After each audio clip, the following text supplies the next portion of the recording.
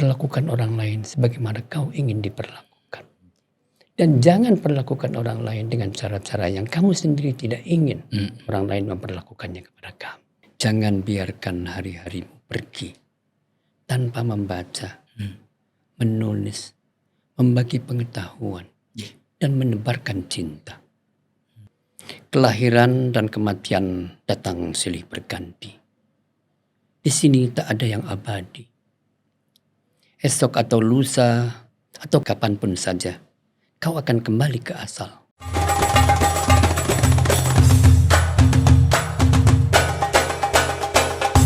Sinikhbar, Siniar Ikhbar.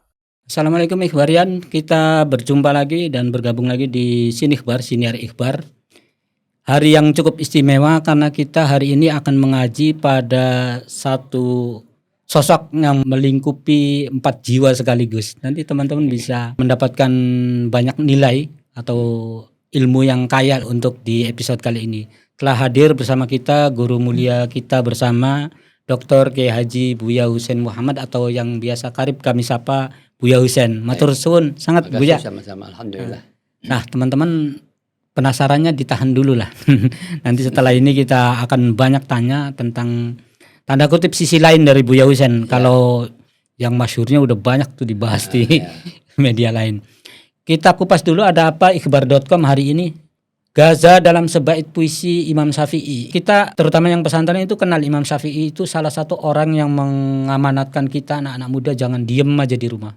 Ayo merantau dan lain-lain. Tapi ada puisi Imam Syafi'i yang ternyata beliau itu menyimpan kerinduan luar biasa terhadap Gaza. Karena beliau dilahirkan di Gaza kemudian hijrah melalang buana untuk mencari ilmu dan menyebarkannya. Teman-teman bisa baca langsung di ikhbar.com. Berita yang kedua, kitab Hikam Al-Hukama wal Falasifah mahakarya Buya Husein peredam nafsu dan amarah. Ini menarik teman-teman. Setahun kemarin ikhbar.com timnya pernah ngadain pengajian langsung oleh Buya Husein secara terbatas ya, meskipun secara terbatas, dan animonya luar biasa dari banyak kiai-nyai pesantren se-Indonesia ikut waktu itu ya Buya ya. Teman-teman masih bisa cari, bisa baca, syukur-syukur bisa langsung minta sanad. Langsung ke Buya. Matur nuwun sangat Buya Husein. Teman-teman kalau penasaran dari artikel tadi bisa langsung meluncur ke ikhbar.com. Buya, berita yang dibahas hari ini itu kan soal, tadi ada soal puisi, soal Gaza, soal kitab Buya sendiri, bahkan ada profil Buya di dalam situ. Mungkin untuk memulai matur-matur ini Buya, kegiatan yang paling agak nguras energi nih dalam sepekan terakhir apa Buya? Terima kasih ya, alhamdulillah saya bisa hadir di sini lagi. Saya selalu merasa gelisah sebetulnya. Hari-hari saya diliputi oleh kegelisahan melihat realitas, terutama di kalangan kaum muslimin.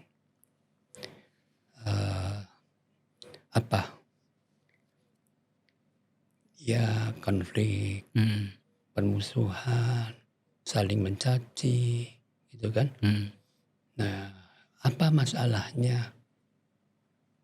Saya kemudian secara singkat saja, ini adalah akibat dari cara sosialisasi ajaran agama kita dilakukan secara indoktrinatif.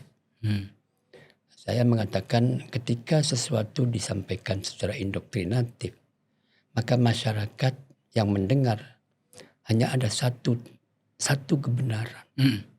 Karena indoktrinasi itu berarti mengharuskan sesuatu. Ini yang benar. Nah, ketika seseorang itu hanya mengetahui satu yang benar, maka dia akan menyalahkan selain satu. Nah, ini. Dan semua menggunakan dalil-dalil agama. Itu yang sebetulnya hari-hari saya gitu. Bahkan saya ngomong begini, Indonesia itu negara mayoritas agama Muslim, 87%. Dengan masjid ada 800.000, pondok pesantren ada berapa puluh ribu, musola, madrasah ada berapa, fasilitas sosial, media juga dikuasai oleh kaum muslimin, bukan orang muslim. Tetapi kenapa kenyataannya seperti ini? Jadi itulah yang hari-hari saya. Kalau Anda bertanya tentang apa yang menyibukkan saya adalah saya gelisah dan saya berusaha untuk bagaimana menampilkan Islam humanis gitu. Karena visi Islam dalam pandangan saya adalah humanisme, mengembangkan manusia gitu. Jadi bagaimana kita menampilkan Islam humanis gitu, toleran misalnya gitu, menghargai orang dan seterusnya dan seterusnya. Itu aja. Jadi teman-teman kalau pengen tahu detailnya seperti apa sih gagasan-gagasan Buya Husein, bukunya banyak dan itu bestseller semua ya Bu ya, hampir semua bestseller. Dan isinya itu ya humanisme. Kalau simpulan kita bikin sembarangannya ya muncul ya humanisme karena misi utama Buya itu. Tapi di sisi lain Buya Ikhbar itu merekam Buya itu dari ternyata ada soal ini, ada ini gitu. Makanya kita sengaja episode ini kasih judul Quatrain Buya Husein. Karena kita memahami Buya Husein itu kok kayak seperti kuatrain ya, 4 baris puisi 4 baris itu. Pertama kita mengenal tentu yang sebagaimana publik banyak mengenal Buya adalah sosok bahkan di Indonesia mungkin bisa dikatakan pelopor atau pendorong utama dari keadilan gender, itu pertama. Kedua yang teman-teman harus yakini dan ketahui lebih banyak mulai gali sekarang, Buya Husein itu penggaji filsafat sekaligus tasawuf dan ini jarang. Biasanya orang ngaji filsafatnya aja, tasawufnya aja karena dianggap cenderung bertentangan gitu. Buku tadi itu gabungan keduanya, teman-teman harus punya. Kemudian yang berikutnya, nah ini orang jarang tahu nih Buya, adalah penyair. Teman-teman cek media sosial Buya Husein itu banyak puisi-puisi yang bikin kita tiba-tiba bengong. Oh iya, ternyata iya ya. Tapi dengan bahasa-bahasa yang ini nggak muncul sendirian, ada banyak makna yang mewakili ini. Nah kalau semua itu diurut nih 4 ini, termasuk jadi kiai pesantren dan tokoh masyarakat gitu Bu ya, tokoh ulama Indonesia. Kira-kira urutannya apa yang paling pertama dianggap paling menentukan jalan Buya hingga hari ini? Apakah penyairnya, keulamaannya, soal gagasan keadilan gendernya atau apa? Oke. Menarik sekali. Saya sudah sering ingin menyampaikan hal ini. Bahwa cara berpikir manusia itu berlapis-lapis. Saya menggambarkannya bagaikan piramida. Atas begitu. Nah, saya membaginya 3 level. Di bawah. Besar sekali. Tetapi di bawah. Ini adalah awam, orang-orang umum. Cara keberagamaan orang umum itu adalah hasil produk fikih namanya. Fikih adalah produk pemikiran. Jadi hukumnya apa? Apa? Gitu hitam aja. Putih kadang ya Bu. Hitam putih. Nanti sebetulnya masih saya membagi ada 3 level, bukan ada konservatisme tekstual radikal. Itu maka yang diperlukan adalah satu saja dan itu dianggap sebagai satu kebenaran. Tetapi ada lagi konservatisme plural. Artinya produknya sebetulnya plural. Gitu. Jadi bisa mengambil alternatif 1, 2, 3. Madzhabul arba'ah misalnya kan gitu. Oke. Ada lagi kemudian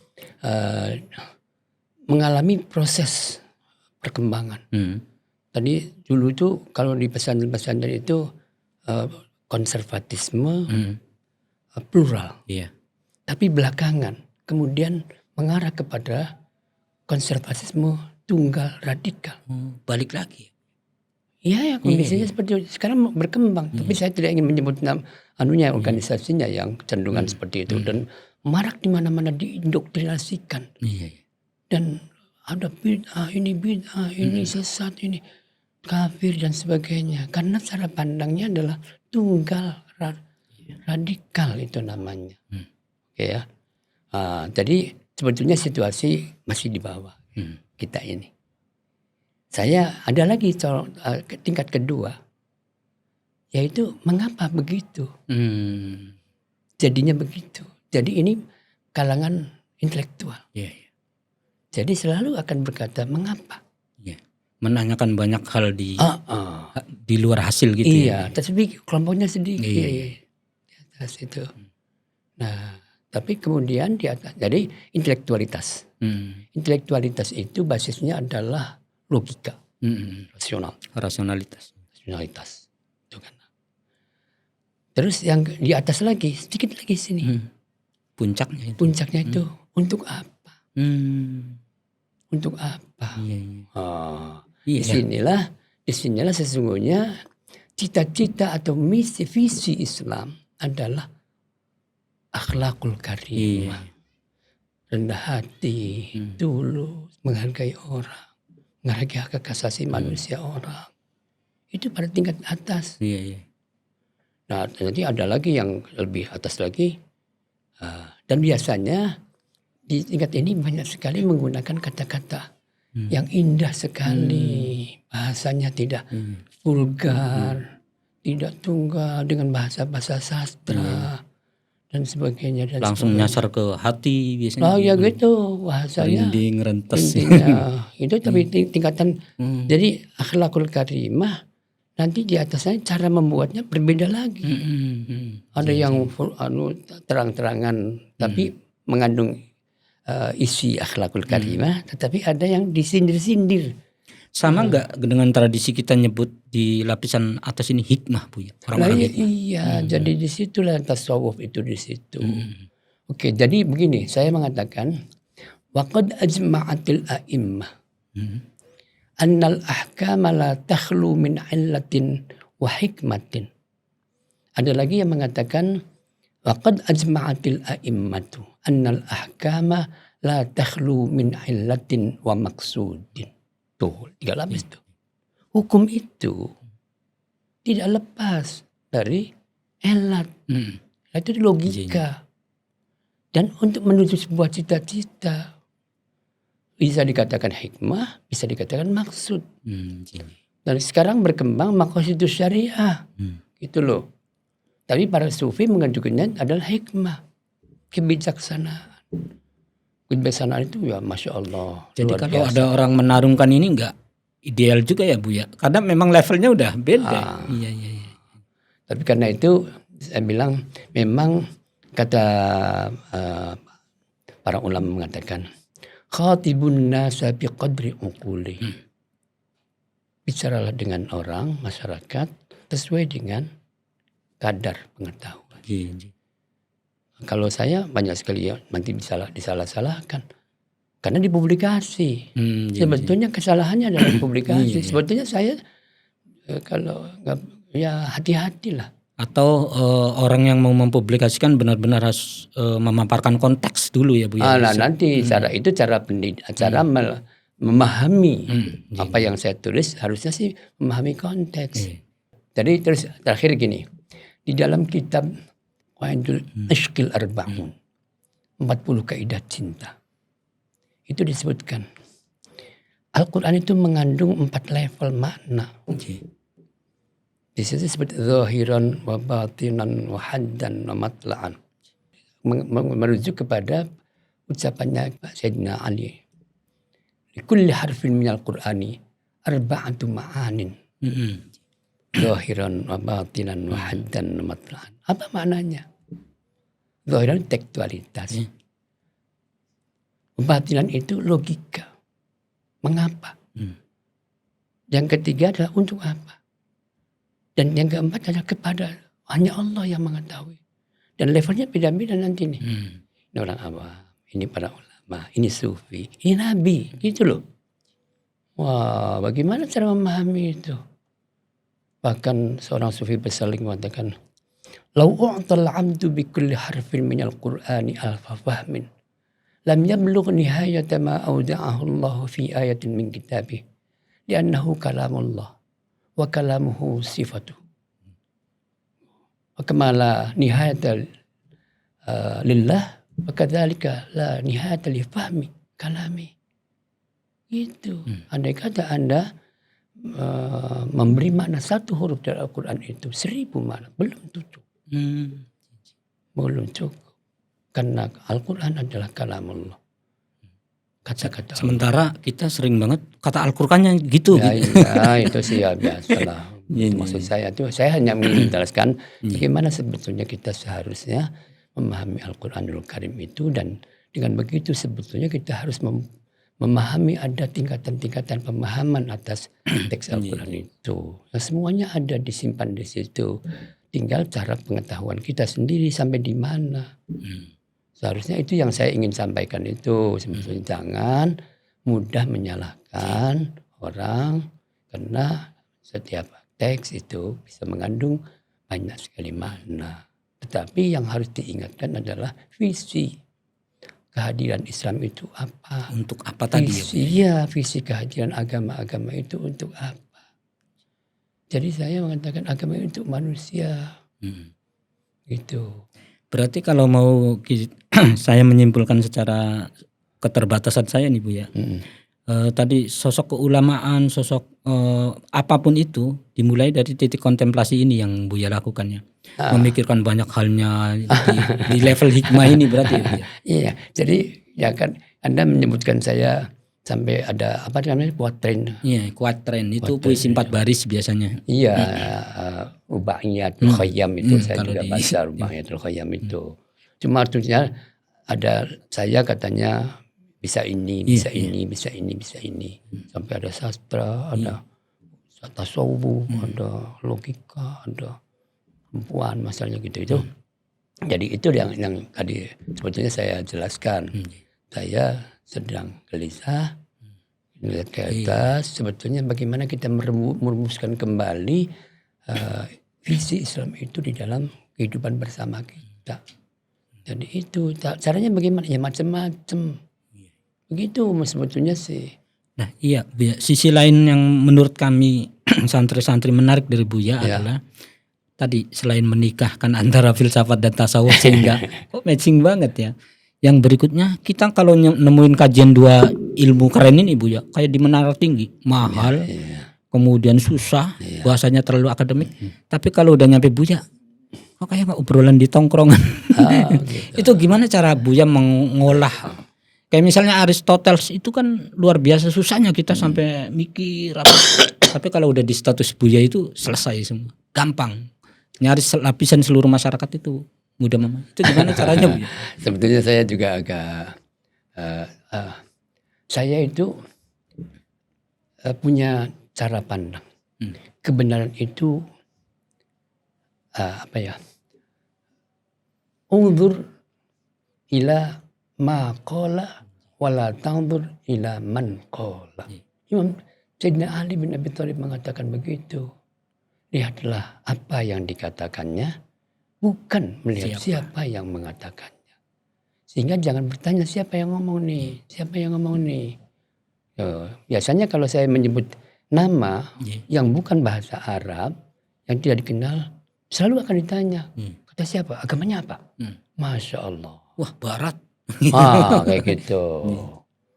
Terus Aristoteles itu siapa? Plato itu siapa? Socrates itu apa? Plotinus itu siapa? Dan seterusnya dan seterusnya. Jadi saya buku tadi, Hikamul Hukama wal Falasifah tadi, saya ingin menampilkan pikiran-pikiran inti dari sebuah pikiran manusia, terlepas dari siapapun. Dan ternyata Masya Allah isinya sama dengan tadi. Tapi ya kalau saya ngomong nanti kalian akan nyalakan saya. Misalnya itu Nabi itu. Itu eksklusif lah ya. Bahaya Iya, itu. iya. Tapi lihatlah isinya. Tapi ada pola lain yang kita susah Buya. Apa? Dari membaca Aristoteles, Socrates Iya. gitu segitu susahnya. Akademik gitu. Iya. Puyeng. Tapi sama status Buya itu kok iya sih gampang. Ternyata begini gitu. Iya. Itu yang susah Buya. Betul. Jadi, nah itu juga nggak tahu ya saya sendiri. Kalau menyampaikan jangan menjelekkan. Buatlah kata-kata yang tidak menyinggung orang. Jangan menyebutkan nama dan sebagainya dan sebagainya.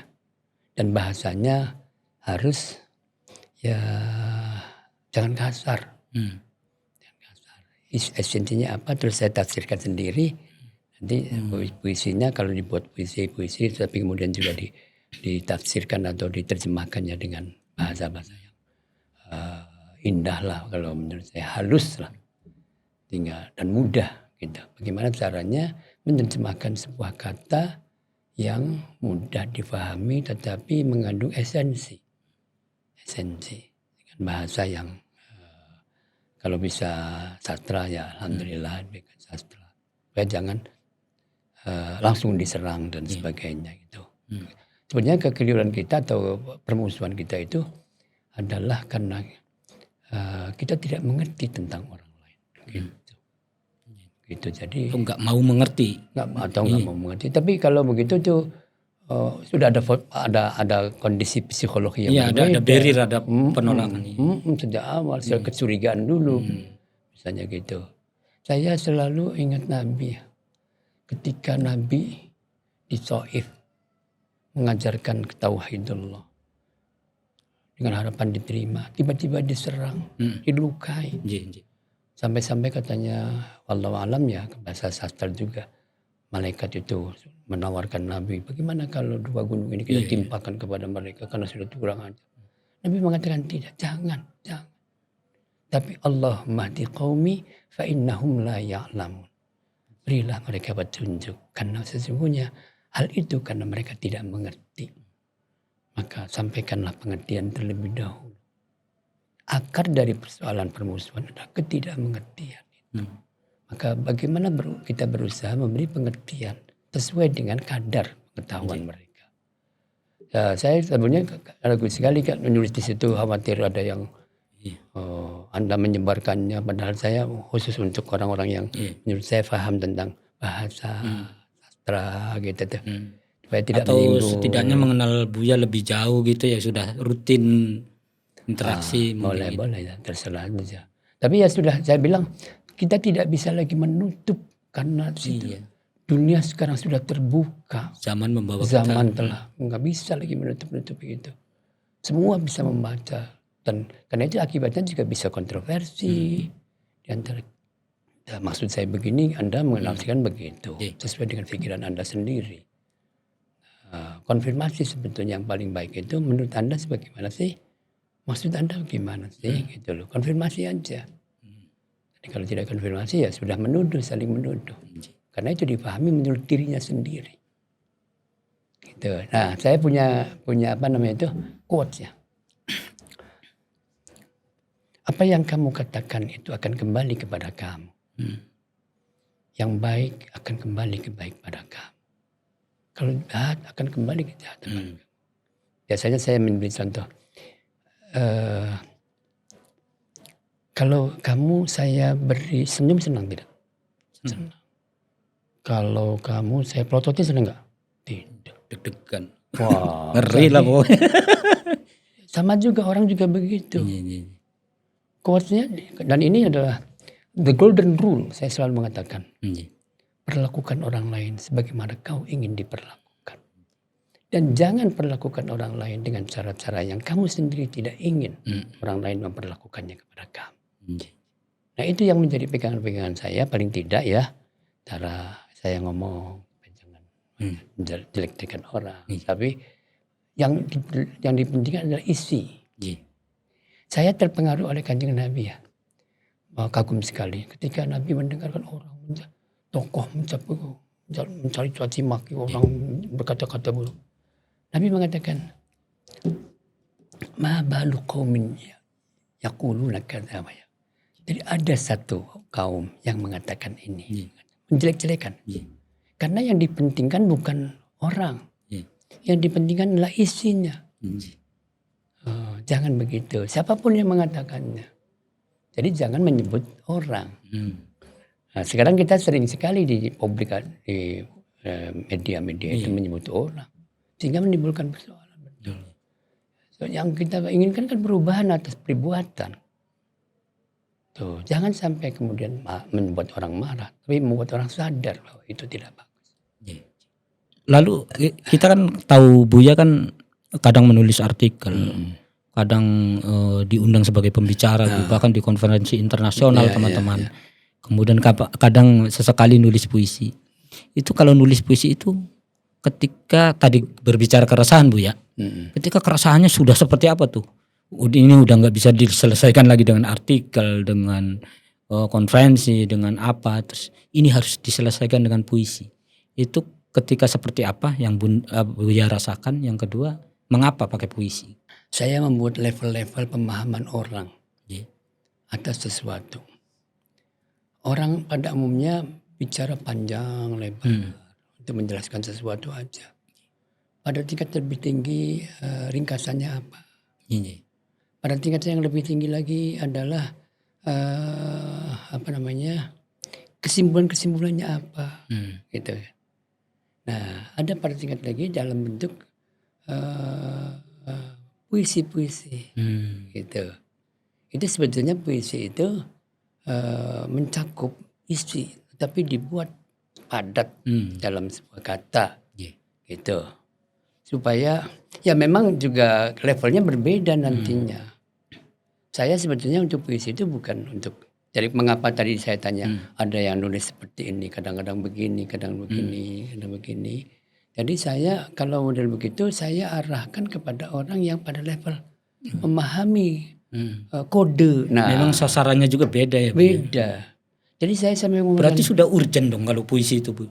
Berarti ada sesuatu yang gawat yang sedang Buya rasakan kalau udah nulis puisi itu. iya, jadi ini harus digerakkan melalui orang yang mengerti tentang realitas ini. Bagaimana cara bersama-sama melakukan perubahan atas realitas yang buruk itu misalnya. Jadi yang saya ajak sebetulnya adalah untuk itu ya, orang-orang yang sudah memahami. Oh, waduh, iya betul, kayak gitu-gitu tuh. Jadi karena itu macam-macam.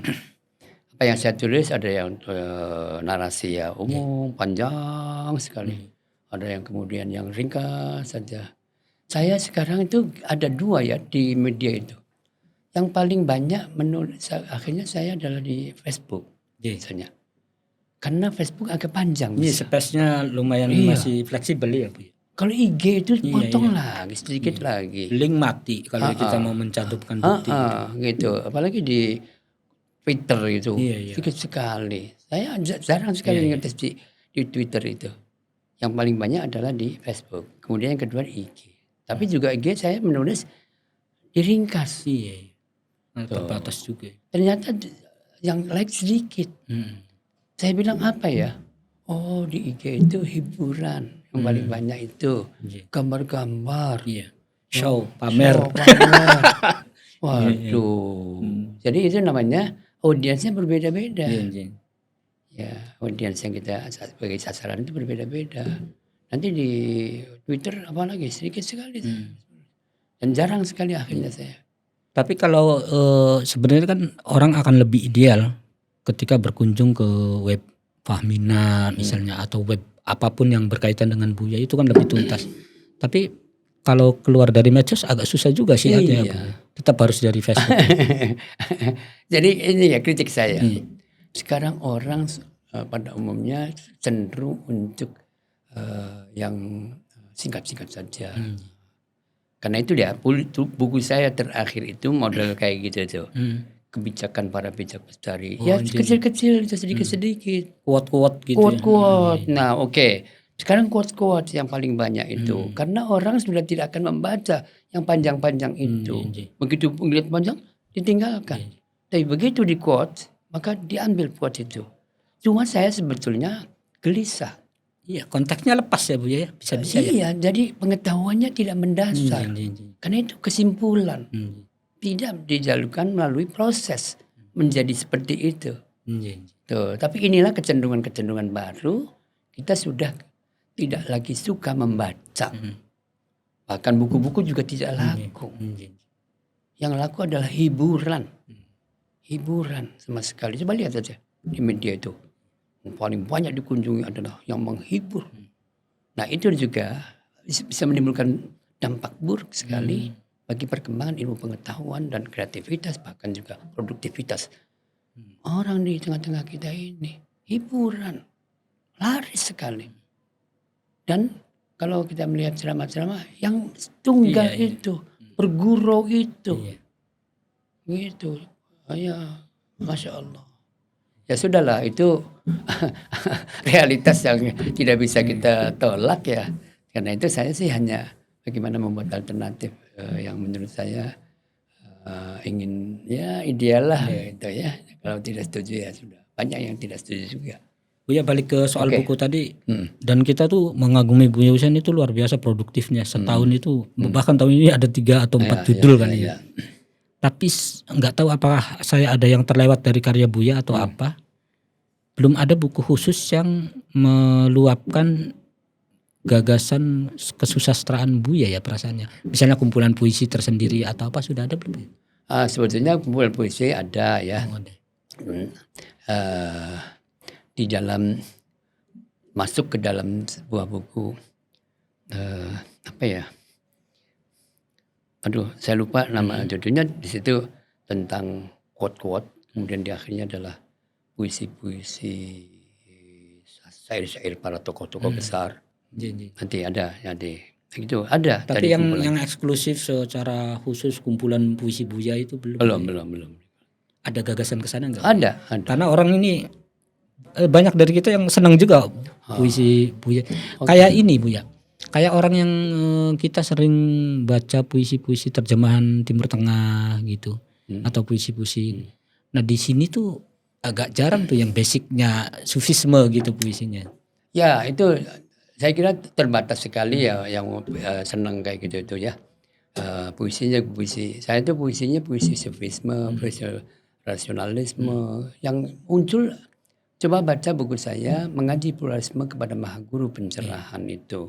Di situ ada puisi-puisi Ibnu Arabi, ada puisi-puisi Al-Hallaj, ada puisi-puisi Rabi Al-Adawiyah, Rumi dan sebagainya itu. Itu tapi kan nggak begitu laku. Jadi mengapa saya tidak begitu banyak menulis puisi? Karena puisi saya ya hanya terbatas gitu. Mungkin ya. Kecuali ya teman-teman yang biasa. Karena memang kata Buya tadi levelnya emang beda. Gitu. Sasaran tembaknya emang beda. Iya, betul. Tapi balik lagi ke bahasa dan buku Buya nih Buya. Fihi ma fihi. Salah satu yang Buya terjemahkan juga kan. Tentang Rumi ya. Iya. Kenapa kita yang awam nih bertanya Buya. Kenapa kalau membaca terjemahan atau tafsiran fihi ma fihi dari orang lain banyak. Dan dari Buya itu beda rasanya Buya. Bukan beda penerjemahan yang asal, bukan. Tapi kok beda pesan. Oh iya ternyata tadi soal humanisme, soal lain-lain. Itu bagaimana cara Buya menuliskan itu tapi tidak menyalahi kodrat penerjemahan. Yang kedua, memang peran bahasa itu segenting itu ke pemikiran ya Buya. Kalau menerjemahkan begini jadi kencang segini dari. Jadi begini. Untuk sampai ke situ itu ada sampai sebuah puisi, sebuah quote itu sebetulnya melalui proses pemahaman atas isi, gitu ya. Jadi harusnya sih sampai kepada cara berpikir filosofistik. Jadi tadi seperti saya katakan ada logika sebetulnya sih yang biasa, terus logika, terus filsafat, terus baru sufi, baru sastra. Yang sofisme yang dimasukkan di dalam bentuk sastra, puisi-puisi itu. Jadi harusnya sama seperti Rumi. Rumi itu bicara sebetulnya bercerita gitu tentang kemanusiaan, basis-basis kemanusiaan. Kemudian baru ada pernyataan-pernyataan yang sulit sekali sebetulnya untuk bisa dipahami tekstualitasnya gitu. Kemarin tuh gini cerita ya. Saya menulis tapi dipahami salah sekali. Padahal saya bilang ingin menyebutkan kesimpulan Rumi. Bukan kata-kata yang membuat kita bertemu, tetapi persatuan dua hati itu. Bukan kata-kata, tapi hati itu, pertemuan dua hati itu. Saya bercerita sebetulnya sih, tapi dipahami oleh orang lain, cemburu akhirnya. Saya dulu kuliah, kemudian kalau malam minggu kuncar, terus ngobrol dengan perempuan, tiba-tiba saya tertarik, kemudian saya mengatakan I love you, tapi kemudian orang itu, maaf ya, sampai wah berarti apa nih? cocok nih. Hmm. Tapi kemudian diulangi lagi, terus dia ketika ngomong yang sama, I love you, dia berbinar-binar wajahnya. Jadi bukan kata-kata yang membuat kita itu, tetapi pertemuan dua hati itulah yang. Nah, Rumi mengatakan begitu. Di dalam fihi mafihinya antara lain begitu. Tuh kan berarti ada proses tuh. Proses Justru yang terlebih pentingnya ini dahulu. perjalanannya ini. Iya. Mengapa yang menentukan ini berhasil ini Iya enggak gitu ya. Bu ya. betul, iya. Begitu. Nah, tadi Buya kan ada cerita soal kekeliruan pemaknaan dan lain-lain. Tapi ini di soal sastra. Kalau di sastra kan ada pendapat yang masyhur Buya. Penulis itu kalau nulis, penyair itu kalau bikin puisi selesai, karya telah mati. Oh. Karena udah jadi hak publik gitu. Mau mengartikannya gimana? Itu Buya kalau ada orang ya, tapi penting juga untuk Buya, ini salah. Ini nggak kayak gini loh, maksud saya nggak kayak gini.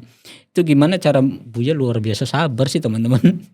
Gimana cara Buya mengendalikan kesabaran, kemudian mencoba berjuang untuk menerjemahkan ulang bahwa yang sebelumnya itu saya seperti ini gitu. Atau ketika ada sesuatu yang menurut Buya saya nggak pernah ngomong gitu, apa yang Buya lakukan gitu? Ya sebenarnya kan apa sih namanya itu, konfirmasi itu dalam bahasa klarifikasi, tanya dulu apa sih maksudnya kayak gitu itu. Nah itu kalau tidak ada yang bertanya ya saya nggak menjelaskannya kecuali ada orang apa sih. Meskipun gitu. Buya tahu itu salah tangkap gitu. Iya meskipun ya memang begitu. Jadi tadi sebetulnya setiap orang itu akan melihat sesuai dengan pengetahuan dirinya sendiri.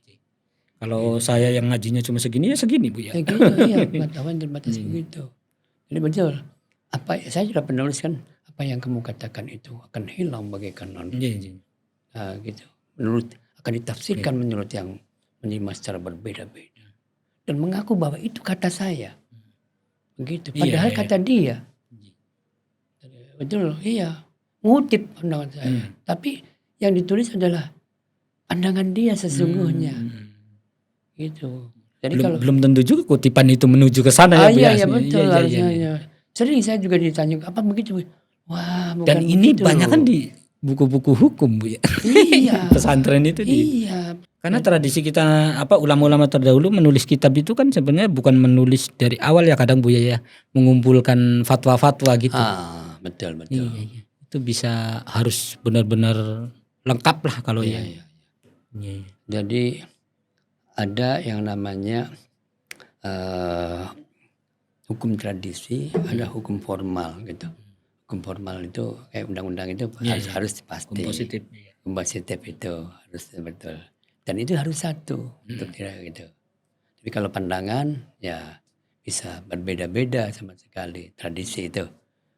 Jadi sesuai dengan apa yang perlu dia sampaikan kepada komunitasnya sendiri. Gitu. Dan komunitas, saya sudah mengatakan pandangan orang itu dipengaruhi oleh ruang dan waktunya masing-masing. Gitu. Karena itulah menurut dia benar dalam ruang dan waktunya sendiri. Tapi tidak bisa orang lain karena dia menjawab sesuatu yang baik menurut tradisinya. Nah, kalau kita membaca tentang pandangan para ulama madhab itu berbeda-beda dalam satu kasus. Karena dia menjawab sesuai dengan konteksnya itu sendiri. Berarti bisa gini Bu ya. Kalau saya ingat dawuh Buya tahun 2000 atau tahun 2005 lah atau 2006. Itu sebenarnya harus cek lagi aja Buya masih sesuai enggak gitu. Iya, silakan. Karena bisa jadi konteksnya udah berubah ya Bu ya. Iya bisa. Perubahan itu niscaya. Gitu. Jadi saya pada akhirnya saya mengatakan begini, menjadi semacam saya mengatakan doktrin atau ajaran saya. Teks apapun, Al-Quran, hadis, pendapat ulama adalah respon atas kasus di dalam ruang masyarakat, di dalam ruang kebudayaannya masing-masing. Karena kebudayaan itu berbeda-beda, berkembang, gitu. Maka jawaban itu pasti berbeda dan bisa berubah. Gitu. konservatisme itu akan membukukan dan akan ditinggalkan oleh sebuah sejarah yang terus bergerak ke depan. Iya. Begitu, jadi jangan salahkan. Tapi itu benar pada saatnya sendiri, dalam ruang dan waktunya sendiri. Dan harus diuji lagi sebenarnya ya Buya ya, kalau ditempatkan di ruang waktu yang berbeda. Gitu. Iya, jadi. Tapi di sisi lain Buya itu gemar banget atau gencar banget kampanye ke teman-teman santri, ayo nulis gitu. Itu selain kan nanti akan berubah nih konteks budaya dan ruang waktunya. Pentingnya menulis itu kalau secara singkat teman-teman pengen tahu apa? Ada puisi ya di Al-Zahid. Al-qalamu abqa atharan wal lisan aktsaru hadaran. Jejak pena itu abadi. Bicara itu sesaat bisa salah gitu. Terus Al-kitabu yuqra'u fi kulli zaman wa makan. Al-khitabu lil hadir. Jadi Al-kitabu lil hadir wal ghaib. Begitu. Tapi al-lisan lil hadir saja. Di tempat itu saja, tidak didengar oleh yang lain. Oh, gitu. Jadi pena itu abadi, jejak pena itu abadi. Ya, itu kita masih masa lalu ya. Mungkin sekarang dengan teknologi perkataan baru. Aja kita bisa mendengar dimanapun kok sekarang. Ya dari podcast mungkin ini bisa begitu. Sudah berubah. Bisa berubah. Tapi dahulu kan yang dapat kita saksikan. Cuma kata para filosof barusan ini, kalau melihat itu bisa berbeda dengan membaca gitu loh. Oh iya. Berbeda membaca dengan melihat. Itu yang membuat membaca buku itu masih sangat penting. Iya, betul di situ. Karena begini, ya, ternyata betul. Ketika kita membaca buku, terus saya gitu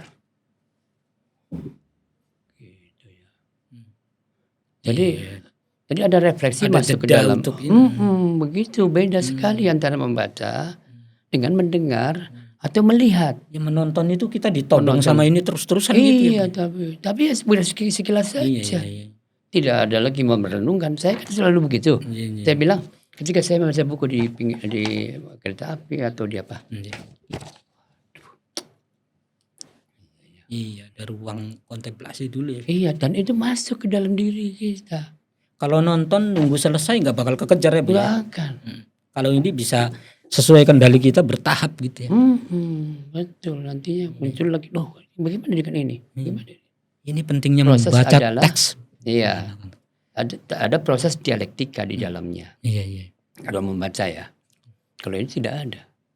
Buya ngerasain bedanya membaca digital, PDF atau online dengan fisik? Nah, ya masih fisik saya ya. Karena itu susah sekali juga. Aduh, lama sekali lah. Iya. Tadi bisa sih bisa cuma ya. Iya, tetap enak ini. Enak ini bukan soal orang-orang dulu atau saya pun generasi teman-teman ini enak fisik ternyata baca itu. Nah Buya dari awal Buya mengeluarkan tanda kutip ya fatwa, kemudian produk kebudayaan dan lain-lain itu bermula dari keresahan. Iya. Dan hari-hari Buya juga berisi soal memikirkan jalan keluar atau apapun soal keresahan. Tapi kita pengen minta Buya soal sisi lainnya misalnya. Apa? Ada nggak optimisme Buya di masa depan Buya? Entah tentang anak muda, tentang Islam, Indonesia. Saya terus terang ada mencari akar dari persoalan kegelisahan seperti yang saya jelaskan tadi. Saya menemukan sistem pendidikan. Ya, dan saya sedang terus-menerus menyampaikan gagasan. Seharusnya ke depan sistem pendidikan seperti apa. Dan saya karena pernah mengunjungi di negara-negara Skandinavia yang dikenal sebagai welfare state. Welfare state itu Masya Allah negara aman, damai, sejahtera, tidak ada musuhan korupsi, tidak ada segala macam itu tidak ada. Saya tanya kenapa bisa begini? Fasilitas negara luar biasa. Orang anak-anak kalau nganggur dikasih makan, gitu kan, tempat tinggal, jompo juga dikasih tempat tinggal, sekolah-sekolah itu gratis, gitu semuanya, gitu kan, kendaraan-kendaraan juga gratis. Itu saya bertanya kepada akar daripada munculnya negara sejahtera itu. welfare state itu. Lihat aja Anda di tulisan saya tentang kenapa bukan negara agama. Nah, yang sastra katanya ini begini. Tapi justru di sana seperti sekuler betul. Tapi kata saya bukan sekuler itu karena menghubungkan antara teks dan tapi bukan esensi daripada agama itu sendiri masalahnya. Di sana menggunakan esensi kejujuran. Jadi sistem pendidikan di sana itu dikemas berdasarkan dialektika intelektual. Bahasa yang saya sebutkan dialektika Sokratik. Tuh. Sokrates tidak pernah mendeklar bahwa dirinya paling benar. Tapi menurut saya begini, Anda bagaimana? Menurut Anda bagaimana? Gitu loh, saling. Oh kalau begini bagaimana? Kalau itu bagaimana? Dialektis ya Bu ya? Iya dialektis, dulu juga. Itu dari dasar kayak gitu Bu ya? Iya pertanyaannya itu. Bahkan yang Sokrates yang paling terkenal, apa yang saya ketahui adalah bahwa aku tidak tahu. Karena begitu banyak kompleks sekali kehidupan. Jadi begitu, dia tidak mengklaim dirinya sebagai satu-satunya kebenaran, tapi mungkin orang memiliki kebenaran sendiri-sendiri yang harus kita hormati. Gitu, oke. Jadi intinya ketemunya saya terhadap respon kegelisahan realitas seperti ini adalah saya menemukan menurut saya basis sistem pendidikan. Karena Iqra itu loh. Jadi Iqra itu. Saya kan memikirkan bagaimana ya Nabi itu ketika di Gua Hira itu kemudian turun kok Iqra bismillah. Baca apa? Ada tulisannya di sana? Enggak ada. Kertasnya ada? Enggak ada. Pulpen? Enggak ada. Jadi memikirkan sesuatu secara dialektik. Masa gini gitu lah. Selalu oke deh. Intinya adalah dialektika intelektual, bahasa saya sebutkan supaya tidak menyebut Sokratik itu. Andanya kalau Sokratik siapa sih jadi ya susah benar saya ngomongnya. Nah, oke. Tetapi kemudian saya bertanya lagi. Akar dari dialektika dialektika itu apa? Kejujuran. Masya Allah. Iya susah kalau nggak jujur ya Bu ya. Iya. Terima gitu. Saya mengakui Kanjeng Nabi itu punya sifat sidik, amanah, tabligh, nah itu loh. Masya Allah, luar biasa. Kanjeng Nabi selalu ngomong gini, Kanjeng Nabi Muhammad itu miskin, yatim piatu, sendirian, menyampaikan sesuatu gagasan yang berbeda dengan komunitasnya. Tetapi kok bisa sukses dalam waktu yang sangat singkat itu apa rahasianya? Ternyata itu tadi sifat jujur. Nah itu ada sifat yang hati. luar biasa makin mahal sekarang Bu ya. Makin mahal, betul. Ya harus menanggung risiko. Risikonya pasti. Hukum adil itu, itu yang melakukan sesuatu akan kembali pada dirinya. Baik akan kembali kepada dirinya, tidak baik akan kembali kepada dirinya. Kalau kerusakan itu akibat dari kita sendiri, bukan dari orang lain. Tadi saya matur ke Buya Husein itu optimis enggak Buya masa depan? Kemudian ditunjukkan soal pendidikan, soal kejujuran, makin pesimis saya. Ya, harus berubah di situ. Terus yang optimisnya apa Buya? Kabar baik lah, kabar gembira buat teman-teman gitu. Ya, saya sih sementara ini tadi membaca banyak. Jadi saya ngomong sama santri-santri. Menjadi semacam ajaran juga. Jangan biarkan hari-hari pergi tanpa membaca, menulis, membagi pengetahuan, dan menebarkan cinta. Tuh. Anda memahami bagaimana cintanya di situ? Masya Allah, gitu. Jadi basisnya membaca, kemudian menulis. Coba lihat, Iqra bismillahirrahmanirrahim khalaqal insana. Iqra wa rabbukal akram alladzi 'allama bil qalam. 'Allamal insana ma lam ya'lam. Terus sebarkan itu. Ya kan? Bagi pengetahuan itu pada publik. Dan bagaimana relasinya? Cinta. Bisa enggak begitu itu? Ya terserah Anda sendiri. Tapi menurut saya kalau ingin menyelesaikan begitu, Anda jangan terus terlibat di dalam sebuah situasi yang membuat kita menjadi bodoh, kita menjadi marah, menjadi segala macam. Nah, kalau melihat pada tokoh-tokoh besar, itu ada proses.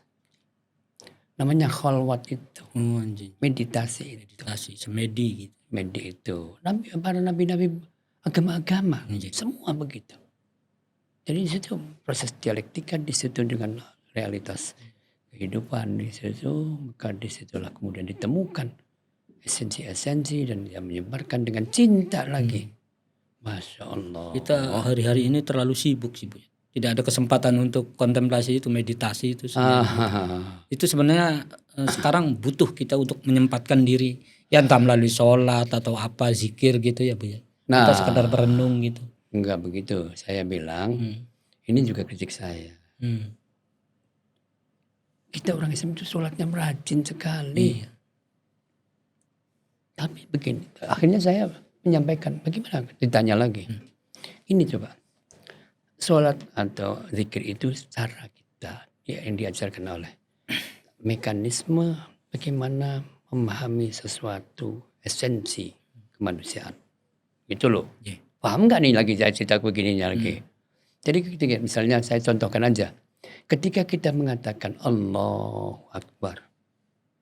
Sebenarnya Allah sedang mengajarkan kepada kita. Hanya Allah yang maha besar.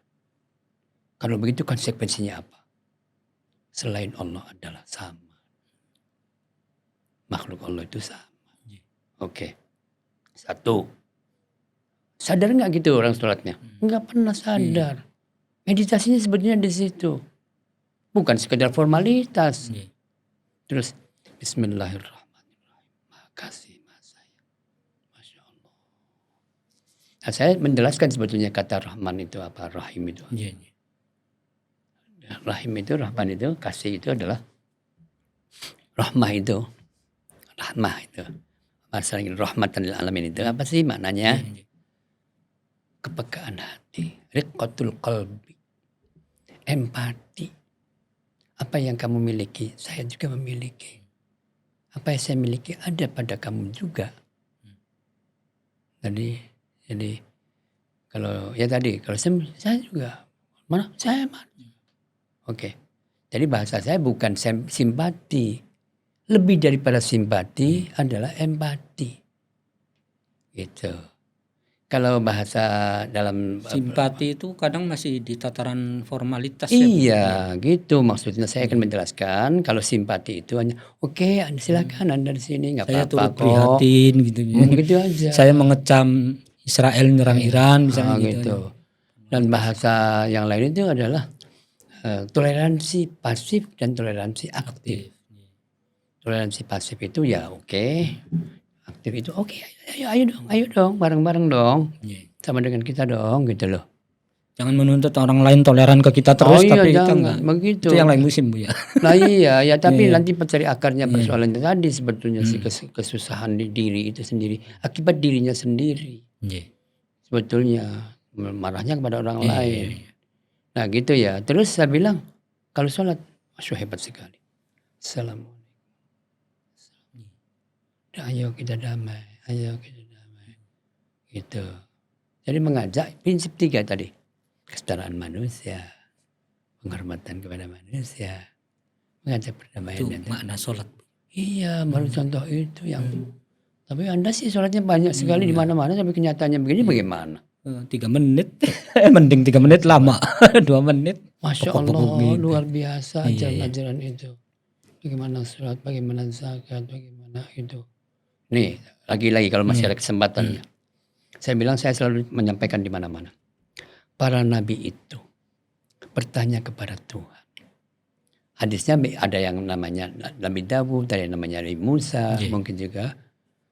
Ya Rabb aina ajiduka. Wahai Tuhan, di mana aku bisa menjumpaimu?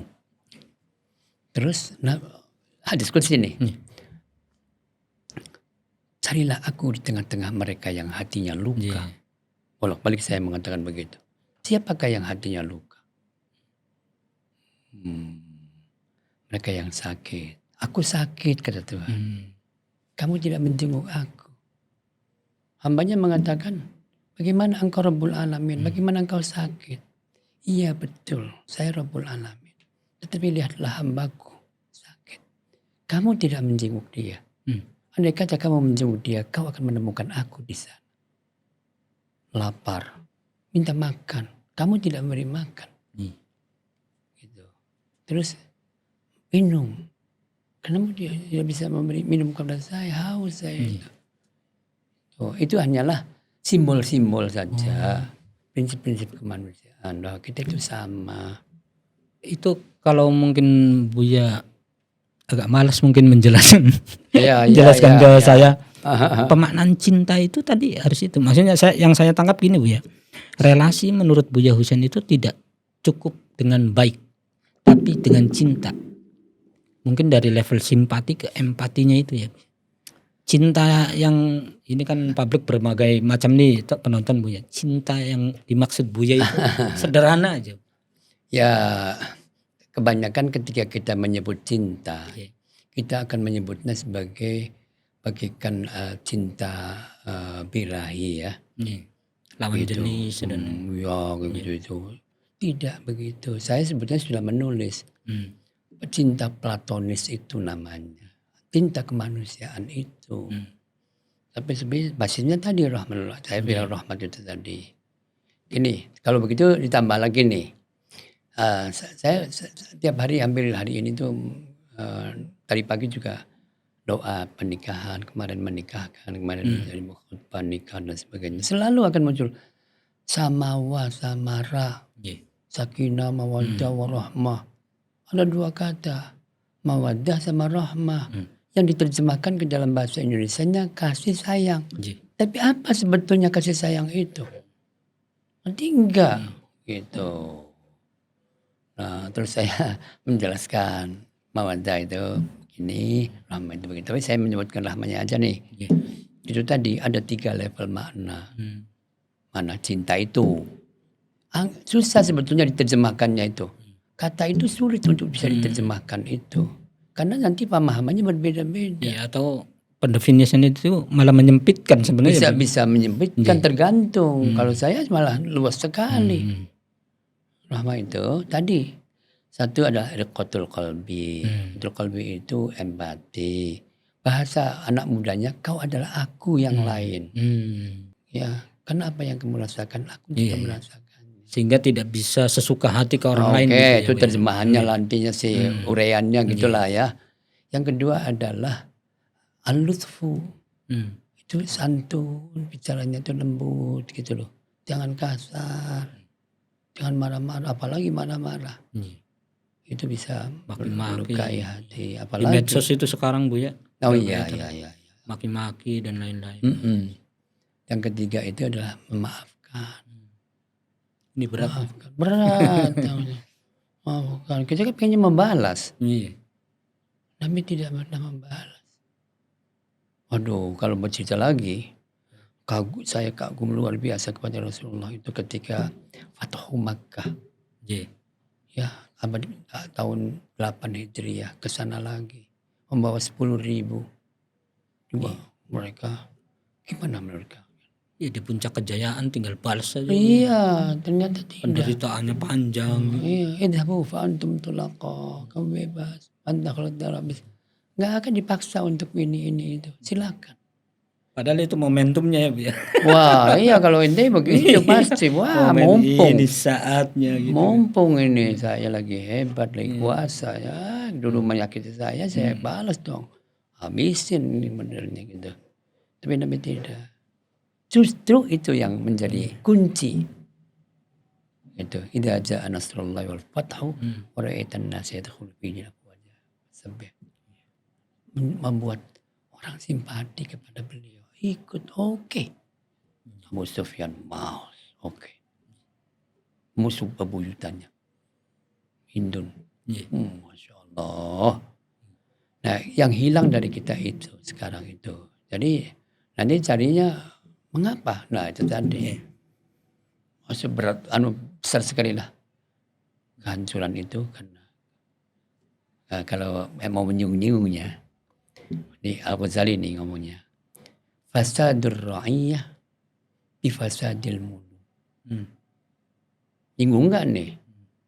Kerusakan sosial itu akibat dari pemimpin.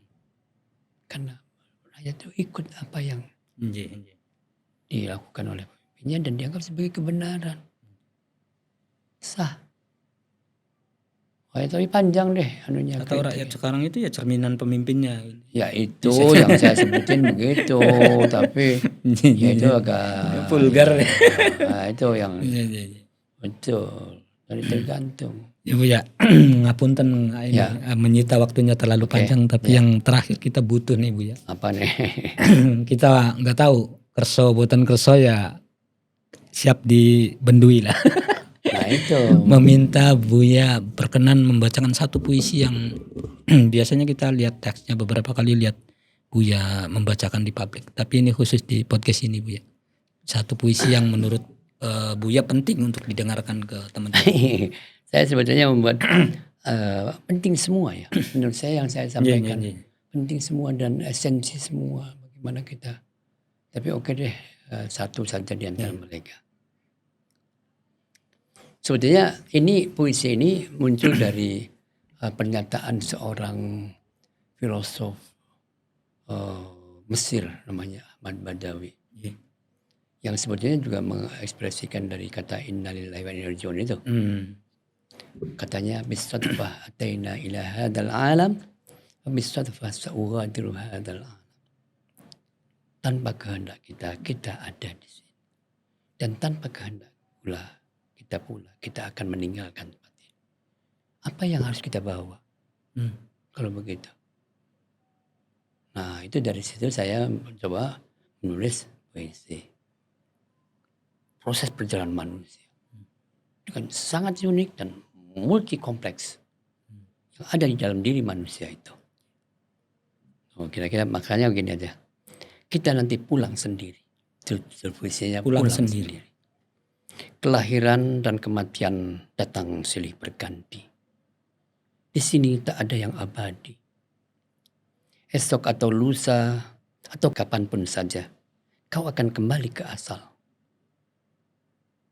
Tak ada apapun dan siapapun yang bisa menghentikan. Kau, aku dan siapapun tak berdaya. Dan kau pulang sendirian. Seperti saat kau datang. Kau akan tinggalkan cinta, kesenangan, kenikmatan, keindahan, kecantikan, ketampanan, keperkasaan, kebanggaan, kekayaan, kemegahan. Kau juga akan tinggalkan kekasih, anak-anak, para sahabat, para pengagum, para pembela. Semuanya tak ada lagi dan tak bersama lagi. Luka hati, kesengsaraan, hiruk pikuk, kebisingan, caci maki, sumpah serapah, fitnah, tak akan kau rasakan lagi dan tak akan kau dengar lagi. Lalu kau pun hilang ditelan gelombang zaman. Duniamu menjadi sepi, senyap, sendiri. Dan tubuhmu kembali jadi tanah. Minha khalaqnakum wa fiha nu'idukum wa minha nukhrijukum taratan ukhra. Dari tanah aku menciptakanmu. Dalam tanah aku kembalikan. Dari tanah aku akan mengeluarkanmu lagi. Dan kau akan bercerita perjalanan hidupmu dan segalanya. Kelak di hadapan Dia yang mencipta, yang maha segala. Kau akan menyampaikan apa yang kamu lakukan sepanjang hidupmu di dunia ini. Semoga Dia menyambutnya dengan senyum. Terima kasih. Subhanallah. Ini penting buat sekaligus kontrol kita dalam hidup, baca puisi ini terus menerus supaya nggak macam-macam ya. Kita besok akan kembali. Matur nuwun sangat Bu ya atas banyak ilmunya yang kita dapatkan hari ini. sebenarnya masih sedikit Iya, banget dari apa yang Buya miliki, tapi nanti Makasih ya. mudah-mudahan wonten kesempatan Amin, malih. makasih ya. Sehat selalu Buya. Terima kasih. Teman-teman, obrolan ini bakal hadir juga di versi teks di ikhbar.com, dan cari berita inspiratif lainnya.